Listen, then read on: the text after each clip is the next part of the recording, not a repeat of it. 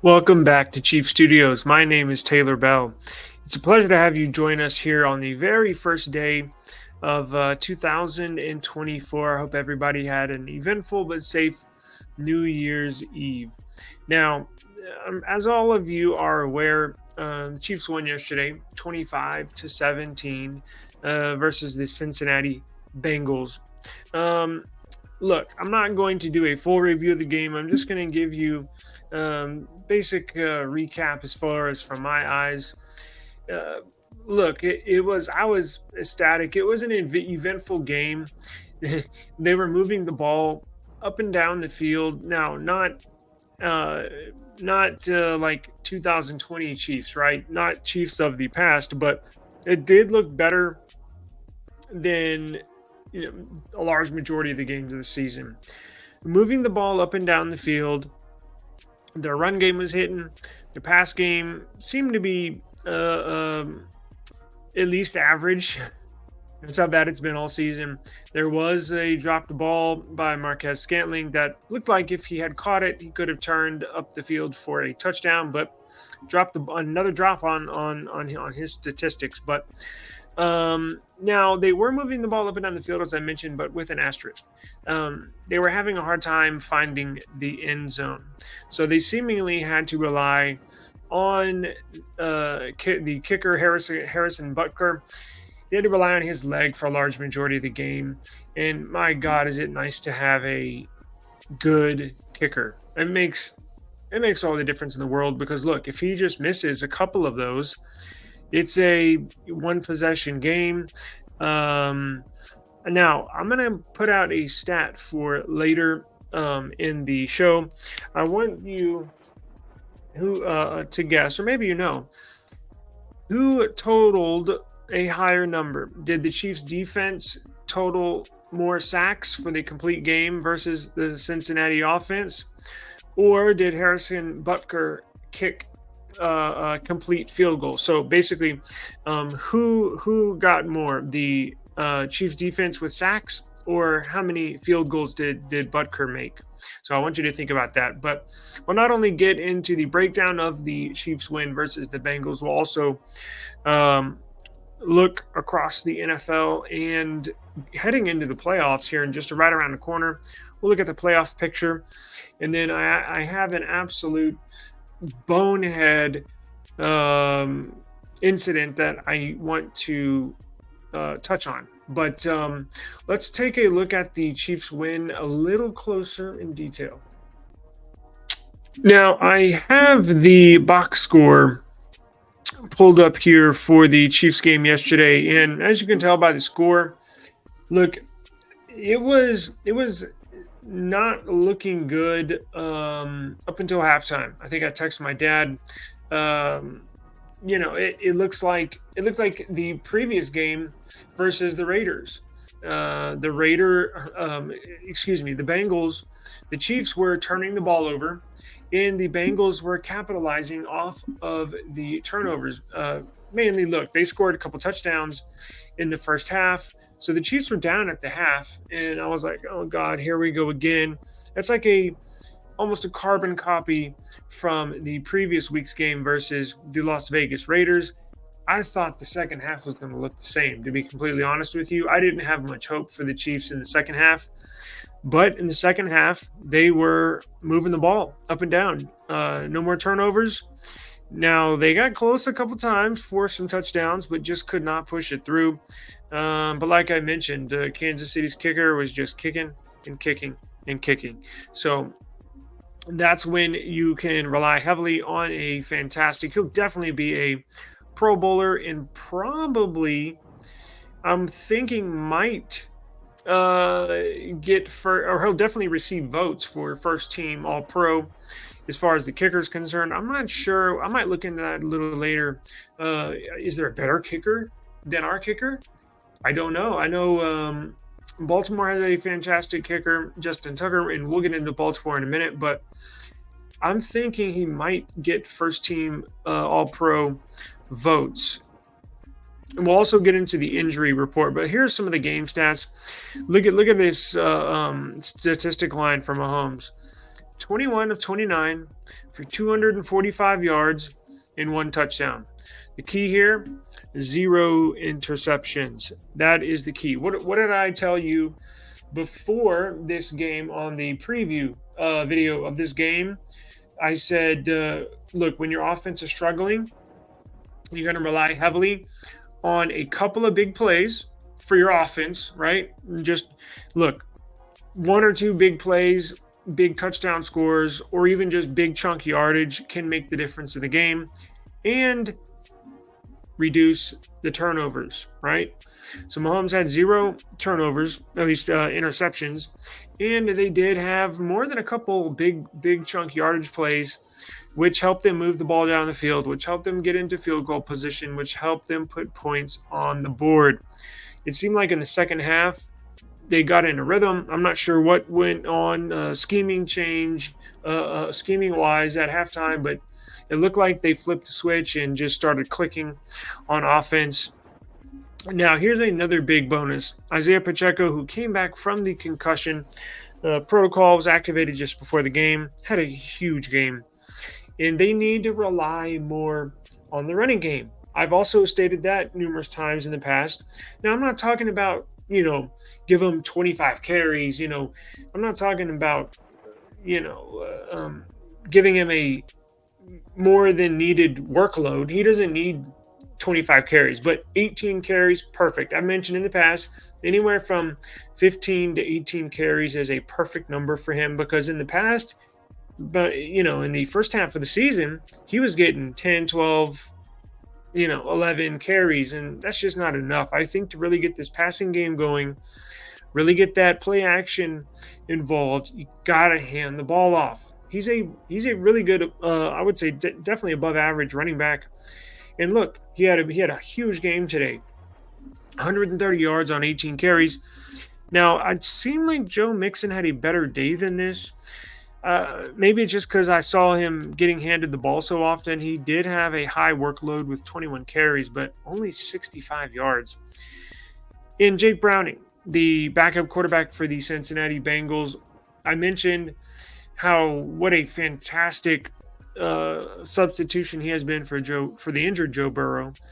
But this makes 2 games in a row. Well, look, he did 19 of 33. That's not 197, 1 touchdown. Look, he didn't have a bad game. He just wasn't blowing anybody's socks off, right? Like, just no real wow throws. Not a good runner of the ball, but basically, I guess he's kind of come down to earth. It looks like that some of these defensive coordinators, their last game with Pittsburgh, they shut him down defensively, Jake Browning, that is, and it looks like the Chiefs, I'm not going to say shut him down, but they certainly contained his level of play. Jamar Chase, the Cincinnati wide receiver that was talking trash all week, was relatively contained. Yeah, for him it was. Only 3 receptions and 41 yards. It did get chippy. There were some technical fouls called, and I believe it was late in the second quarter. Going into the tunnel for halftime, they were jarring and close to being some punches thrown, but definitely getting in each other's faces. But Rashee Rice, who has seemingly just kind of glided right into that number 1 wide receiving spot, gets you 5 receptions for a huge 127 yards. He had 1 play that was fantastic. Big catch, big run. So he's emerged as your number 1 wide receiver, even over Kelsey. Let's go see how many catches Kelsey had, because he was almost non-existent. You could see Mahomes trying to feed him the ball. He did drop a pass. I'd add that to the number of drops on the season. But just look, I don't know what it is. I don't know if he has a nagging injury. I don't know if he's getting older. I don't know if the whole Taylor Swift thing is in his head. Maybe it's all 3, right? I have no idea. But let's see how many catches he had here. So rushing, we got that. That's a huge 7.2 average yards per rush for Pacheco. And he also had a receiving touchdown. So huge day for Pacheco. Judson Watson had that huge catch. There was what? How many big plays? I would say about 4 or 5 big plays, which almost seems like it was back to the past for the Chiefs, but they just couldn't punch it in the end zone or get the ball in the end zone. That's why I'm saying they're not all the way there just yet. However, look, we're trending upwards, right? Like it's getting better these last week wasn't so good, but inconsistency uh, is going to be the theme of the season this year, right? It just is. They've just been inconsistent. But going into the last game of the year, you do want them to see playing better, and they did play better yesterday. So Kelsey only had 3 catches for 16 yards. It does look like they're phasing Marquez Valdez-Scantling kind of out of the offense. They're just not throwing him the ball. They're not targeting him. Richie James, same thing. Just no targets. They're relying heavily on a handful of players. Now, Kelsey will garner the attention of the defense, but predominantly they're using Rashee Rice, Pacheco, these 4 players right here for the workload of their offense. These, as of late, which, hey, it is what it is. But we will get back. Let's see. You know what? Let me look at the Bengals statistics real quick. Joe Mixon had a touchdown. Now, do you remember that question I asked you? Who had a higher number, right? Did the Chiefs defense have more sacks, or did the Chiefs kicker have more field goals? Not points, but as far as field goals. Well, let's see. So the defense, where are these sacks? Sacks allowed. So the Chiefs got 6 sacks on the day. Defense was huge. How did I forget about the defense? See, I'm so concerned about the offense. Sometimes I forget to, mention the defense. Man, were they good. Oh my God, they looked freaking awesome yesterday. So very, very big strong point. I don't want to downplay their defense. It's been great. I mean, that's a good thing I'm not talking about their defense that often. Because if I was, it would be an issue, but their defense stepped up big time. Now, kicks. Where we at? Okay, so Chiefs defense had 6 sacks, right? Let's go to player stats. Let's see how many kicks he had. 6. So he had 6 field goals, Butker, and the defense had 6 sacks. So actually, if it was a tie, you would have been right. So that's my biggest stat of the day is the 6, right? 6 sacks for your defense and 6 field goals for your kicker. Basically won the game mixed in there. Obviously, the turnovers close or down to 0, and the big plays were definitely over a couple. So that equaled to the win for the Chiefs. Now, heading into the playoff picture, where does this put them in the playoff picture? Let's see. So heading into the playoffs now, there is 1 game remaining in the regular season. Now, what I want to see, as everybody's familiar with, most or not, I shouldn't say most, a lot of teams opt for no playing time for the starters in the final game of the season if they have a spot clinched in the playoffs, or a limited participation, I guess I should say, in their final game. Try to get them rest for the upcoming playoffs. But if I'm the Chiefs, if I am the Chiefs front office, if I'm Andy Reid, I'm playing everybody. The whole game. I'm not giving anybody rest. I want to see the offense, although it looked better yesterday, they still got a lot to work on, right? They didn't really reach the end zone that much with the ball. So I want to see their wide receivers and Mahomes still need to get in sync a little more, get in rhythm. And I want to see them Now look, their defense. I might rest one or two players on defense if there's a couple players, and I'll get into the injuries here in a second. Actually, I should have done that, but we'll get into it. Um, I want to see the Chiefs play all the starters. I want to see this team get in a rhythm. I still think, look, just having one game, or I shouldn't even say a game, one half, the second half of yesterday's game, they look decent. It's not enough. I want them out on the field. I want them playing as much as possible, right? But the new CBA practice is very limited now, and it's very evident, especially when you take away two preseason games. Um, or I shouldn't say take away, but limited preseason games. These guys need to play. I'm not in favor of resting. Last season or in seasons past, I was in favor of resting, but this year I want them to play. We need to get in a better rhythm of playing. Now, the Ravens, I believe they locked the number one spot. And let's see, the Dolphins are in the second spot in the AFC. Chiefs are third in the AFC. Browns are fifth in the AFC. Now, Chiefs still can get a home bye, or at least home field advantage in the number two spot up until the AFC, if they make it to the AFC Championship. And here's how. The Dolphins, remember the Chiefs beat the Dolphins in Germany. I think it was around week 10 or 9 or 10. So the Chiefs own the tiebreaker if they finish with the same record. Dolphins play Buffalo, the Buffalo Bills next week. Buffalo's playing pretty well. Miami got blown out yesterday. We'll get into that in just a minute by the Ravens. But I believe the Dolphins will lose. If they lose next week it's in Miami, but they play the Buffalo Bills, as I mentioned. Bills are playing a lot better. I do think the Bills will beat the Dolphins. If that happens, and of course the Chiefs win next week, we'll finish with the same record as Miami, and then we own the tiebreaker, so we will leap into that second spot in the AFC. Dolphins will fall to the third position.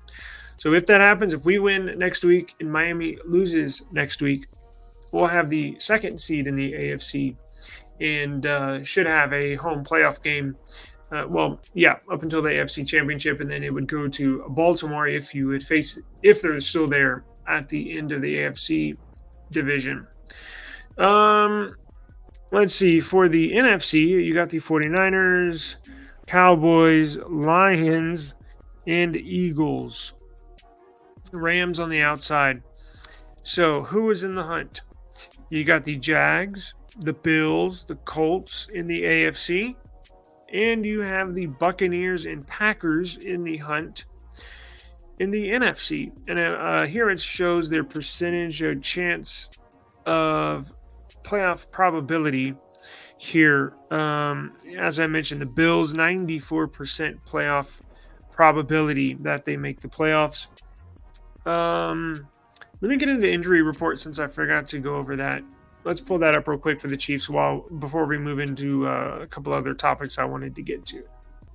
All right, so as the injuries go, after the completion of yesterday's game versus Cincinnati, there was no new immediate news, right? The injury report from today's practice, I believe they have today off. I'm not completely sure. I could not find an injury report, an updated injury report for the first of the year, the day after, but I will look into that. I'm sure they will release an injury report probably tomorrow at practice. Well, I guess Tuesday is their off day as well. Anyways, on the next episode, I'll get an up-to-date, refreshed injury report for everybody. So right now, no big injuries, no big news, though, I don't believe. Now, moving on to other games, I think in some other topics that we hit on just last episode was the MVP race.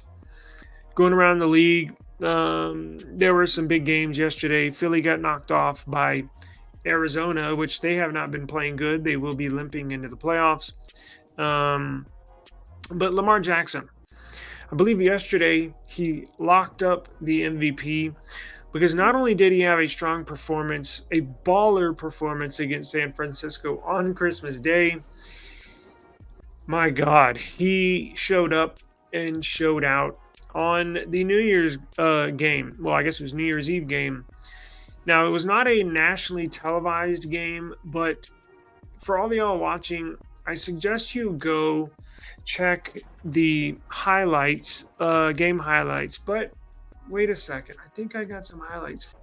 But before we get into some of the highlights, look at this. Look at this stat line.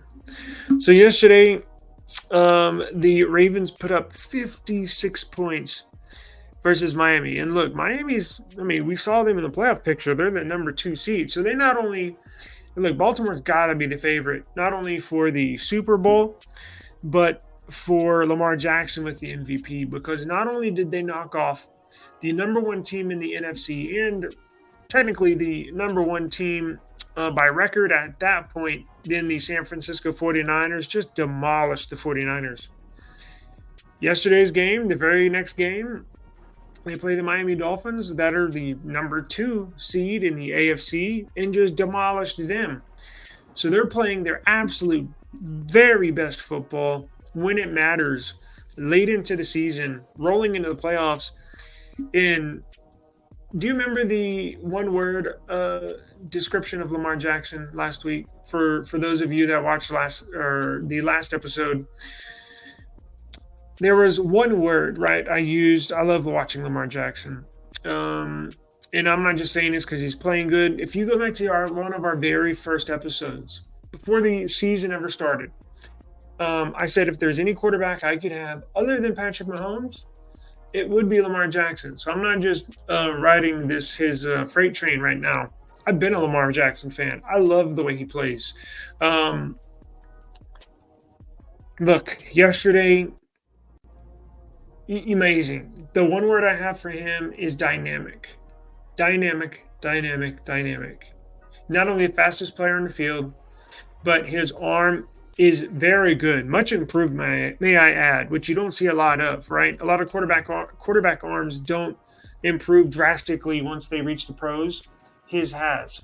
So he's not only the fastest player in the field, he has a very good arm. He sees his vision is excellent. He sees the field great, and he's very smart. He's a very smart quarterback. His football IQ is very high. But look at this. Look, this is insane. 18 of 21 for 321 yards, 5 touchdowns. Now, if he does not get the MVP, right, if that hadn't locked up the MVP vote, they need to redo this voting system. But I think, getting around online today, it seems like everybody's pushing for him to get the MVP, and I believe he will, which will be his second. Now, the pressure is still on Baltimore because, look, he's won an MVP before. They've had great seasons before.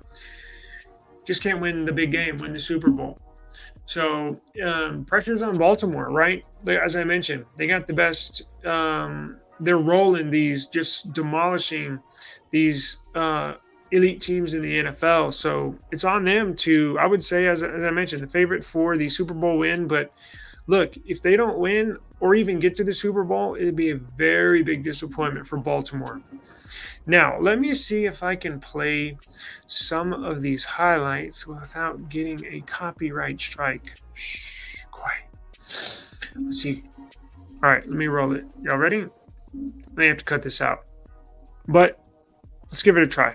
This stuff's amazing. I love watching Mahomes and Lamar Jackson play. Y'all ready? All right, let's go. Now, I had to edit these videos so I don't get a copyright strike, right? I had to put some graphics in there. I had to distort the pixelation and that's why I feel like, what the hell? That's why, because I will get a ginormous copyright strike from the NFL. They're very, very picky, but there are little ways to get around it. But just look at these plays. They're so worried about him running that they just leave players wide open. And when they do cover, check this out. He's just going to take off and run for it. So you just worry about him getting injured, right? You don't want him to get injured. And here's the other thing. When you get paid big time, a lot of these players play for their next contract, and then when they get their next big contract, they take their foot off the gas, i.e. Ezekiel Elliott, right? Had huge seasons leading up to his big contract. Once he got his big contract, he just fell off a cliff. Lamar Jackson's the opposite. He's playing better than ever. And he just signed I don't even know, $200 million plus contract. So very excited to watch them and see what they do. Hopefully the Chiefs can play Baltimore in the AFC Championship game. That would be a fun game to watch for sure. Now, the smoke. Oh, the smoke. I blazed Dante Hall last episode for calling the Chiefs little spoiled brats and crybabies. And he's essentially a hypocrite. I'm not going to get into the story, but go check out our previous episode. I roast Dante Hall for being a hypocrite. And now it's time to roast Carolina Panthers owner David Tepper. Mr. Tepper, what the hell are you doing? There's a video out yesterday. If everybody, I'm not sure everybody's seen this. Maybe they've heard of what happened. But let me show you this clip right here. He was late. Let me set this up. Late in the game, the Panthers were driving down the field, and their quarterback, Bryce Young, threw an interception. David Tepper, who is known for his outbursts, Dante Hall, like you are, lost his temper, right? He's lost his temper numerous times. I just haven't mentioned it, but I've seen it all season long. There's been 2 or 3 headline incidents where he'll lose his cool. He's cursed at a fan, leaving the field. He had a blow up in their locker room, fired their coach midseason and blew up on him. And from what I understand, the coach that got fired, Frank Reich, was kind of relieved to be fired because this guy is such a jerk and asshole. This is one of these owners that is a dickhead boss that you don't want to work for. They're looking over your shoulder every second of the day. Right when you think, oh, God, I got some free time. Whoa, he's right there. You know what I'm saying? Just looking over your shoulder. He tells you what to do. He's like another Dan Snyder, who sold the Washington Commanders before this season. But same deal, right? Now, I don't think he was all up in the coaches and the front office's business, telling them what to do, who to draft, who to cut. But Dan Snyder was not making headlines for anything good, I can tell you that. I mean, a complete dumpster fire of a front office and ownership group with the previous Washington regime. But David Tepper, if you're not familiar with him, a billionaire hedge fund owner, leader, manager that made his billions of dollars in the stock market. And look, I'm not sure, Mr. Tepper, if that's how you act on Wall Street. Wolf of Wall Street doesn't really translate to ownership. Look, when you own a team, it's bad news when a YouTube fan channel is giving you advice on how to act when you are the owner of a football team. That's not good. You have to control yourself at these games. If you cannot control yourself, you need to have situational awareness over yourself and do not attend these games, whether home or away. Or if you do, watch the game in the locker room. Stay out of the public eye.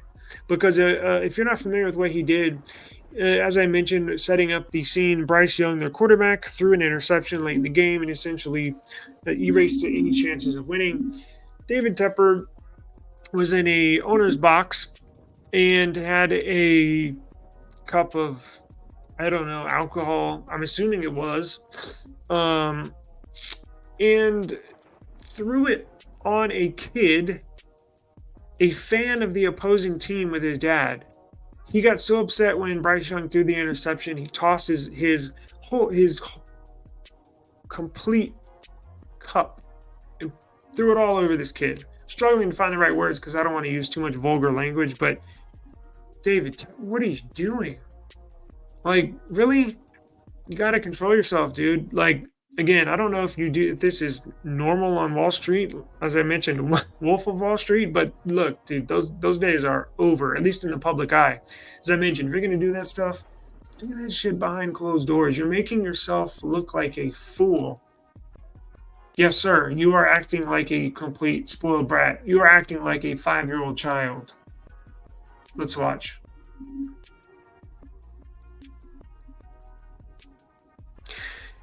As you can see right there, threw the drink on this kid right here, and that's the kid's dad. There's a kid dad. It's kind of hard to see, but you can see him in the motion throwing the drink on him. There's his kid right there, down to the left of the man. Everybody else is kind of like, oh shit, what did he just do? This guy's on the phone like, call security. But you can tell David Tepper throws his drink on the child, slow motion right there. You saw that? And then throws his cup down and then walks off in frustration.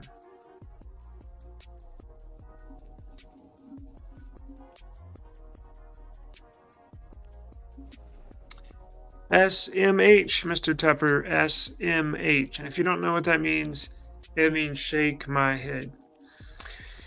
Dude, pull it together. Like, come on, man.